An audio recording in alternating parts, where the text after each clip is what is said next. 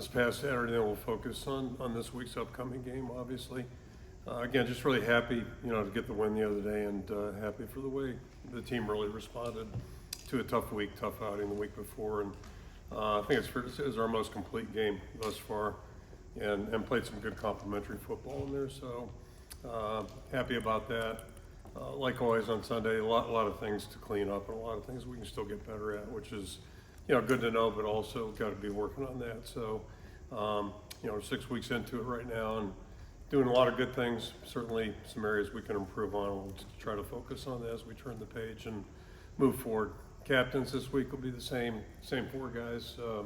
Got Jay Higgins, obviously, and Quinn Schulte on the defensive side. And then you got Luke Lachey and Cade McNamara offensively. Injury-wise, pretty much what we ended the game is kind of where we're at right now. Addison String is going to be out several weeks here. Bo will not be able to make it this week. Maybe it's not as bad as we thought earlier in the week, but he definitely will not play Saturday. He was out there today walking around, but got a ways to go. And then on the positive front, looks like Hayden Large will be able to play if he can make it through the week, which optimistic about that, but that's some good news at least. So, right now, biggest thing right now for us is our focus is on the challenge waiting us in East Lansing on Saturday night, playing Michigan State. And, typically you go up there, they've got a good team, a talented team, and that's certainly the case. A lot of good players, all three phases, and they're very well coached. I've got nothing but total respect for Coach Smith. Only got to meet him this past summer, but May, spring. But have known about his career and admired him from afar, both as a player. I've always got a little affinity for guys that walk on. He walked on at Oregon State and led them to, an awful lot of success as a player. And then, his coaching career has been very, very impressive. And some of the people that he's worked with, I have tremendous respect for, Mike Riley and Coach Peterson. So he's been around a lot of good people, and then has done a great job at Oregon State when he went back there. And now I think you're looking at the same thing at Michigan State. A lot of the guys that worked with him last year are with him now.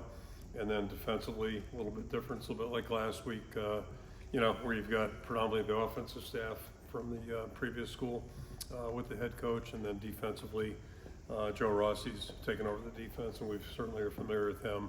Did great work up at Minnesota. So got a really good coaching staff, and again, a lot of good players. The quarterback, and if you look at the roster, the same thing. Significant amount of transfers. I wouldn't say as many, but significant amount of transfers, and they're all impactful as you look at it. Start with the quarterback, dual threat guy, can run the ball, can throw the ball effectively, and he's a very dangerous player. They had a good running back last year that felt like about 200 yards on us, but 100 plus yards on us, and they've got another guy to go with him. Another transfer joined in there, so they've got a couple really good running backs, a couple good receivers. Tight end has been very active in the passing game, came from Oregon State as well, and the center up front joined him as well. So got a really good group of players there, and then defensively, good up front. Linebackers are very, very active. One from last year, one a transfer from Wisconsin, and then the back end, they're good as well. And there's number 43, one of their safeties, is extremely talented back there. So good group. And then maybe the two best specialists in the conference, an excellent punter, excellent kicker. And unfortunately, the kicker had a 58-yarder against us last year. So they're a good football team. And last thing I'll just say about it, it's really kind of tough to judge them. You look at their record right now, and there's a lot of teams that are 4-2, 3-3, 2-4 in the Big Ten, and you consider they've played arguably two of the best teams, if not the best teams, not only in the conference but in the country their last two times out. So, it's going to be a big challenge for us. We're well aware of that. Just a couple of words about the kid captain. Hudson Ferris is a 12-year-old from Elbridge, Iowa. He'll be the guy that's a kid captain this week. And as I understand it, Hudson was just like a normal Iowa kid, 9-year-old kid, and started experiencing some pain, and the doctors unfortunately discovered a very big tumor back on his spine. And so anyway, it's the name of the disease is neuroblastoma, which I'm certainly not a doctor, but that's it was stage 4 neuroblastoma, and he's undergone some real extensive treatments over the last 18 months. 2 rounds of chemotherapy, 2 stem cell transplants, and then radiation followed that. This is going back a ways. So anyway, next month he'll celebrate his second year of being cancer-free. So really happy to be able to represent him this weekend, and I want to congratulate Hudson on that. And lastly, just before I open it up, Scott asked a question the other day about lessons learned from players, and it's a pretty reflective question. I'm not so sure I was in a reflective mood the other day, but it is funny. It kind of stuck with me a little bit, and thinking about it later that afternoon. One thing, first of all, if you're open to it, I think your players teach you all the time. And the one email I'd reference that I got last year, you get things come in from former players all the time. And Will Lack was a guy who's one of my favorite all-time players here. Never started the game, was a walk-on back on that 02 team. Just a great young guy, and he's the only guy to my knowledge that we've had go to Harvard Medical School, and he's actually ironically on the faculty at Washington now out in Seattle. And but he sent an email last year with 6 words, which I thought were pretty good.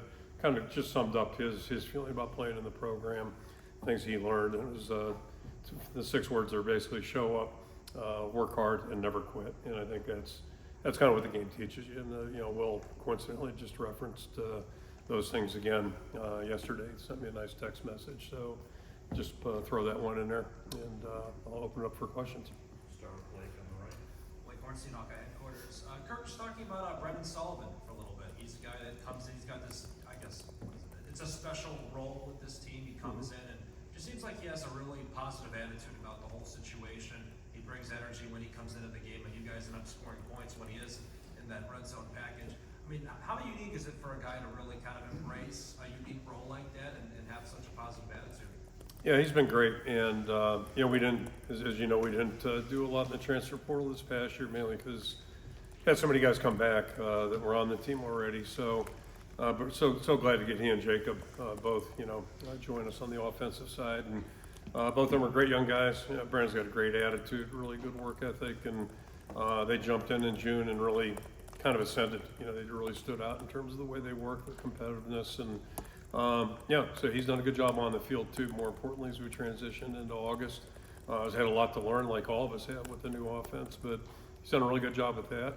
And, he's got some attributes that maybe Cade doesn't have, which we thought would be, potentially impactful and helpful for us. So, happy about what he's doing so far. We'll see if his role, can grow and increase, but doing a really good job. Mitch KJN wanted to go back to Saturday. Drew and his team shared a post-game video from the locker room, and Jay giving you the game ball for win number 200, and he said he's 5 away from where he is. I'm guessing you're not telling me where you are in the pantheon of Big Ten wins, but what does it mean to you that this team knows where you are and the history that's on the table? Yeah, I mean, not to be I'm going to say smart ass, but I'll say smart aleck. But I mean, you can't help it though. I mean, all this stuff is out there, I guess, all the time. So, it'd be great to get all these things done just to get them done. But I just, as I said the other day, I feel fortunate to be in a good place. It takes a lot of, you just have to have a lot of things fall in place, to have something like this happen. And a couple of thoughts. I mean, first of all, I never got into it for that. I got into it because I like being around young people, and I still want to retire as a line coach. Like, that's my real secret dream, because that's what I enjoy as much as anything, just coaching guys in a smaller room. But I've learned to love this job too. It's a different job, and there are some things about it that are really neat and cool. But you've got to be in the right place, and you got to be with the right people. As I said the other day, that's one constant. And if Coach Hayes were still alive, I'm sure he'd say the same thing. It's just, you got to be around good people, and so I feel very fortunate in that regard. And, we'll see. And the little caveat, I mean, after year 1 or when we were 2-18, because the body count was out there weekly, nobody would have envisioned that. So kind of go back to Will's point about you just never quit. Hey Kirk, Elliot Clough, Hawkeye Beacon. I wanted to ask a couple questions about Dayton Howard.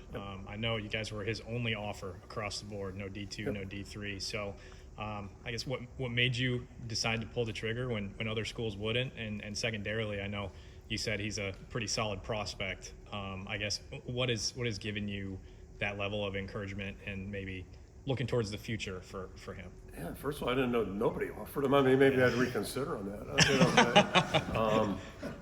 It's like most of our players when they come in. It's really, this is very different and very new to them.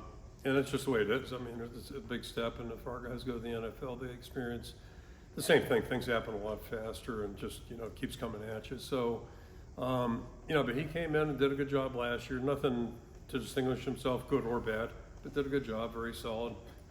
As I stand here right now, the one flashback, that last practice we had out there in the spring, you have little things that you remember about players. He made a couple plays, I think, but one in particular over on our bench sideline that it was like, maybe he's getting it, that type of thing. It was just one of those aha moments, if you will. And then he's had ups and downs since then because he's young. He's going into his second year. He's not developed physically yet like he will be. But we've seen good attitude, and we've seen a guy who just shows up and works hard. So it's good for him to have some experience on the field. That's again, you can't hand that to anybody. They've got to experience it and go out and do it. So good for him to be involved in a play like that. Good learning experience at the end of that play because he can't do that either. And but that's part of the road. But we're encouraged because he's got a good attitude and he's got some good ability. So why other people didn't recruit him, I'm not sure, but we're glad that we did. Adam Jacoby, Hawkeye Beacon. You as an offensive line guy were probably pretty impressed by how the line played against Washington. I know PFF graded them as the highest offensive line for the week, and I know coaches really love PFF. I'm not laughing at you. Okay, I'm standing here thinking about how glad I am when my 6 years in the NFL there was no PFF because nobody, as far as I know, no experts were evaluating my work every week except for my boss. So anyway. But they graded out especially well in pass protection. Do you think that was their best week of pass pro this season? Yeah, I think it was our team's best day out collectively, and yeah, I think it was we're improving up front, and we're all cautiously optimistic again because we're more veteran, we're a little bit more developed than we've been. We've gone through a couple tough years, and up front, for nobody's fault, but it's just how it's going. So I think we're closer to being where we want to be, and it's fun to watch a guy's confidence starting to grow a little bit, and they deserve it. I mean, they did a good job Saturday. They really did. We had a lot of respect for the defense we were up against for obvious reasons, and thought our guys met the challenge and pushed. And this is going to be a different type of challenge, but another challenge nonetheless. With a lot of good defensive teams in this conference. Chad, nice to go to one register. On the outside, see some similarities to the 2018. You had a little bit of quarterback iffiness early in the season. Great running back performance. A 1-point non-conference loss. You'd like that back probably. Trip to East Lansing to boot. Do you see any? Didn't go so well. Yeah. Anyway, yeah. Do you see any similarities? I guess how this team's wired, not necessarily those things, but just sort of like, because that 08 team certainly is one of your better stories. Yeah, it's kind of like it's one of my favorite teams to have worked with. It really was, and it's kind of like what I said to Caleb the other day about you're off to a great start, and at this point that's pretty doggone good what he's done. But Sean Green did it for 12 games plus one, and so that's the race we run. I'll remind guys. I mean, it's we're sitting pretty good in 12 at the six same record actually, and after 6 games, next 6 didn't go so well, and I can say the same thing about 06. I think we were 1-5 down the stretch. So it's week to week. And this is a week to week league. That's part of the challenge of playing in a conference like this. Is how can you meet the challenge each and every week? It's different as they are, but so far, yeah. I mean, the attitude's been really good, and now the question is, can we maintain it for a couple more months here, knowing that it's going to be we're going to hit some walls here. So how are we going to push through that and keep going? David Eichel, HawkeyeInsider.com. Kirk, I think Peyton Childs was voted captain before his first game as a true freshman. I don't really know how many players around the country are doing that. But he's a guy with a lot of different attributes, but something that strikes me is when a play is broken, he'll do everything to kind of make a play downfield. How important is it for your defense to stay in their keys and stay aligned, knowing that there could be opportunities at hand?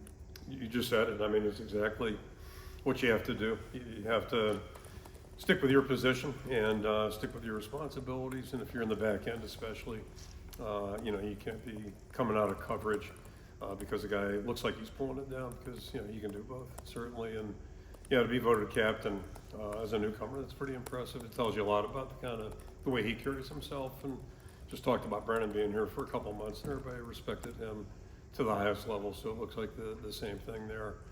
But that's what you hope for with a quarterback also, is a guy who's got that, not only a good player, but the right demeanor and leadership capabilities. We got to watch him when we were preparing for Ohio State. That's the first time we saw him, and yeah, he's a really dangerous player. He can hurt you a couple different ways. Ethan featured quad state times. I wanted to ask you about the 2012 team. That was the last team that beat the Spartans in East Lansing. That when that team won, it ran the ball really well, not unlike this team. What do you think that says about kind of the eternal principles of winning in the Big Ten? And to talk about another walk-on, Mark Weissman was at the end of a really hot 4-game run that year. What did he bring to the program in his 3 years with it? Yeah, Mark was a great player for us, and he's a tremendous young man. So did a great job. Yeah, he was big in that game too. And to your point about running the ball, if you can run the ball in this conference, especially the wind was kicking up. Was it 2 days ago? A reminder on Sunday that we got that coming down the road here today. A little nippy out there at practice, so we're getting ready to head into that time of year where that helps if you can at least run the ball semi-successfully. So and if you got to throw it, I mean you got to be able to throw it too, but you have to learn how to handle the elements. And I think it rained that day too up there, if I remember. It was a rainy day, but anyway, it's going to take everything, and it was a good memory certainly that year. John Seppi, Cedar Rapids Gazette. Got a couple questions in case the mic doesn't get back to me. First of all, with Logan Jones, he's talking earlier about coaches sticking with him even when things, as he said, were ugly 2 years ago. What did you see kind of from him, and what's it like to now get to see him reap the rewards of that? Yeah, with all due respect to Logan, I don't know what the heck he's talking about. It never looked too ugly to me. He is he's just like he's the kind of guy we want on our football team. He's just everything about him. Everything he does is just with purpose. He's really wired in when he's working. He's very popular with his teammates, and he's just so invested. Comes from a great family, mom, sister, really good people. But it may not have been going perfectly for him, all that kind of stuff, but he's such a good prospect. And just 2 years ago now, he's a really good football player. Just because he's got every attribute you hope for. He's a hard worker, very selfless, and moved over to the offensive side. And again, I don't know if I've said it publicly, but I screwed that one up. We should have done that in December. I should have approached him then instead of waiting until spring ball. So that slowed his progress down too. We could have done him a favor by getting him quicker, get over there quicker. He can blame that on me. But I'm just so glad he's on our team, and he's playing really well. He's just no big surprise. We were certainly counting on that. And then with third down, that's been kind of one of the really big improvements this year. Kind of what do you attribute kind of the greater ability to move the chains there? If you can manage the situations a little bit, that certainly helps. And then, to the point earlier, we are protecting, I think, a little bit better. Probably getting the ball a little quicker. And, all those things help out. And then somebody's got to get open if you're going to get it out. So, but that's something we're going to have to keep working on. And I'm getting ready to walk into a meeting, and we're going to talk about that a little bit more here in about a half hour. Just because these guys have some looks that present some challenges, and they have some guys that can get back there pretty quick. So we're going to have to try to figure something out. I like to begin with the Des Moines Register. I'm curious about the kind of genesis of the red zone package. Was it Tim that came to you first and kind of pitched that, and what was your initial thoughts when that first became a possibility? Yeah, first of all, Tim is a coordinator, and he's running it. That's his deal. And pretty much everything we're doing, is stuff that he brought. Plays are plays. So, everybody understands that. There aren't a lot of new plays in football, but the way he calls them, the way he names them, all that stuff we've all learned. So we've taken what he's got as his playbook and going with that. Yeah, and then beyond the next step beyond that, but it's every step of the way going back to I guess February when we really started meeting as a group. We being coaches, not the players. Everything's been collaborative. Tim, that's one of the things I'm really impressed with him. He's a really good communicator, very collaborative with everybody. He pulls. He wants ideas from people, not just has anybody got an idea, but he's trying to actively get that, which I think is a really good thing. And so every time we walk out of the room, I think there's a pretty good consensus. Hey, this is the best thing for us to be doing right now.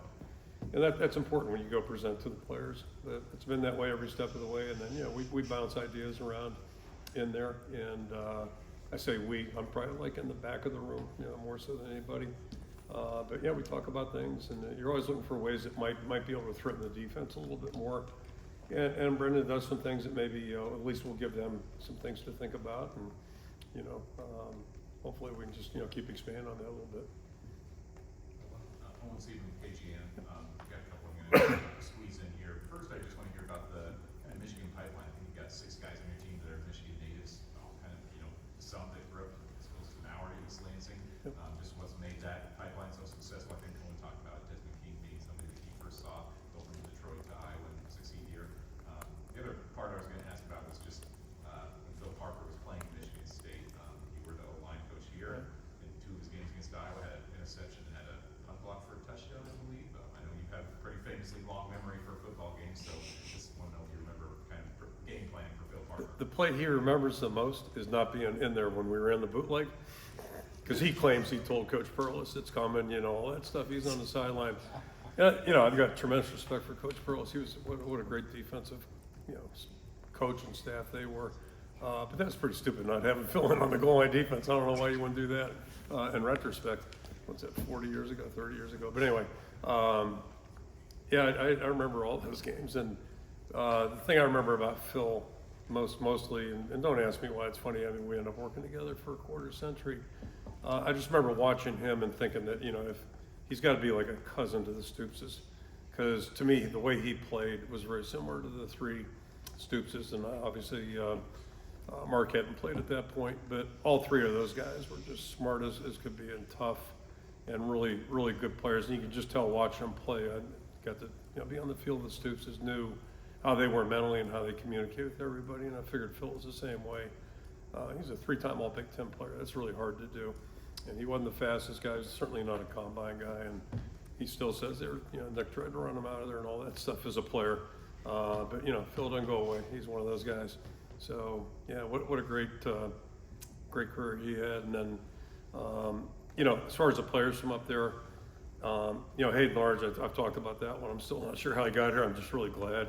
I guess him and Van Keekriks were buddies a little bit, the families. That's kind of what let it open the door at least. But, you know, we got you know, if you want to call it a pipeline, but I think, you know, historically, back in the 80s, we see guys from Jersey, and the common denominator, I think, was once guys come out here from an area, and if they have success and really like it, then they recruit the guys that come afterwards. And I think that's what we've seen in Detroit. We've been really lucky.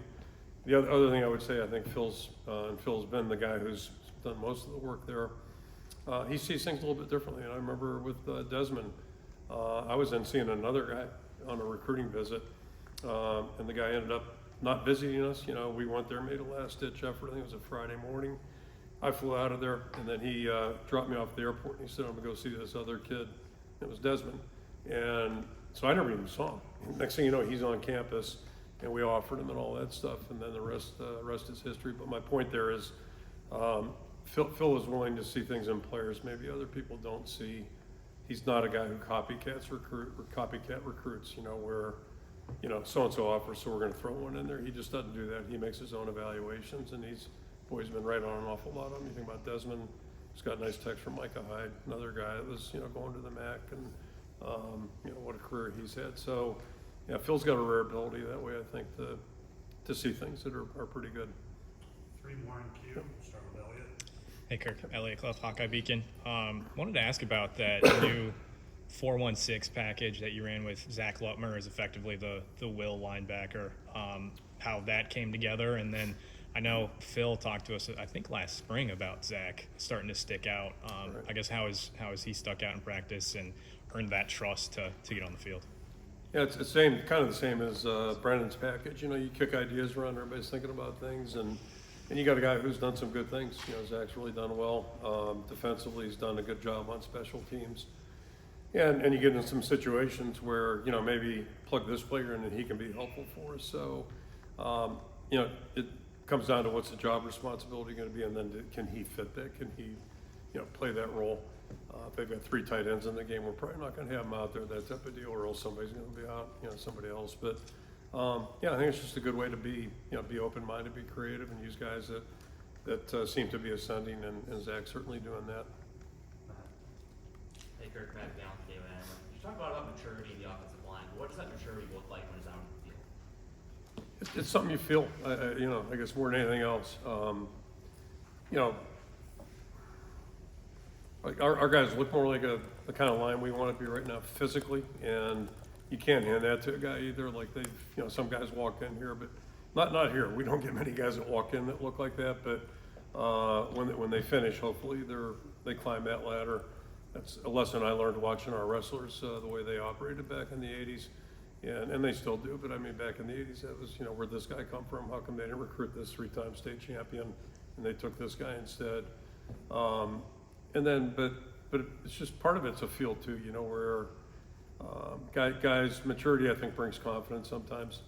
But again, usually you gotta go through some bad experiences to get there. That's usually how the path works. Very few guys just walk in and, I worked with John. I'm not gonna say I coached Jonathan Ogden. I've worked with him for 3 years. He didn't have many bad experiences when I was around because he was so good. But most guys go through some growing pains. Last question, Tyler. Tyler Tashman with the Des Moines Register. Just curious, between how Drew Stevens ended last season to now, I mean, what's the biggest areas of growth you've kind of seen during that process? Yeah, and as you well know, he had done pretty well. But last season, it was a crash landing. Just talking about some of those bad experiences, same thing. And it wasn't bad. It was really bad. It just, where you have to wonder, is this guy okay? You hear about it more in baseball, right? Where a guy can't throw from second base to first after playing Major League Baseball for 9 years. It wasn't quite that bad, but I was concerned. I was just kind of wondering, where's he at, and is he gonna be able to come out of this? And he's done that tenfold. He just and back in January when he got back here, just went to work. It's that second, third year thing. Again, I'm talking in generalities, but that seems where guys, in general terms, start to get traction. He's just so much more confident now.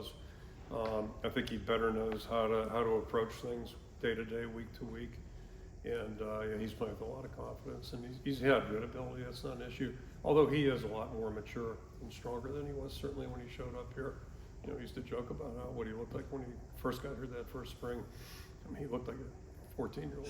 So he's really done a good job. And it's a credit to his hard work. It really is. Great. Okay, thank you guys. Thanks, Eric.